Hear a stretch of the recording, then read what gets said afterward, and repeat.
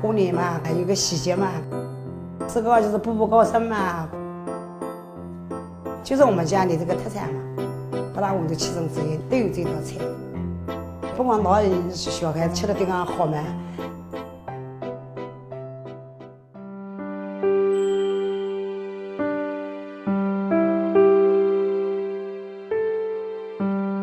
我叫周美荣，我今年62岁了。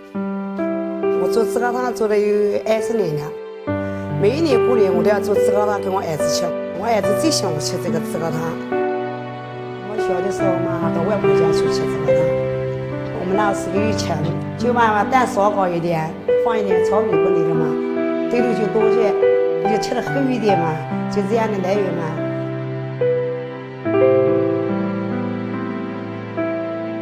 经常要家里养的鸡嘛，买的鸡蛋肯定是不小的。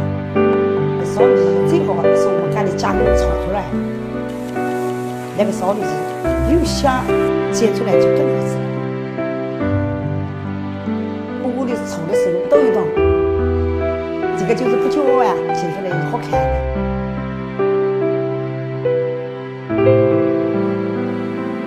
放一点青菜嘛，再放一点葱花。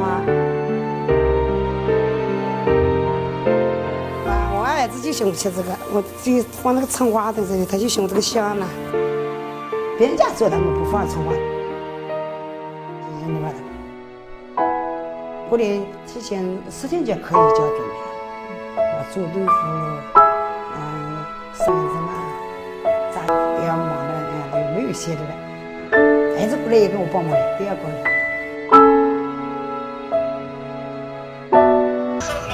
哎，烧的紫高汤，刚才我还烧好吃的吧，你吃吧。好呀。啊。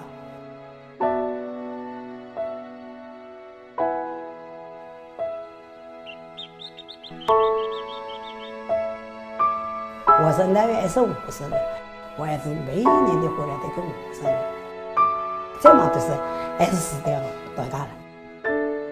我儿子回来也少，8大碗酱啊，现在做的也少。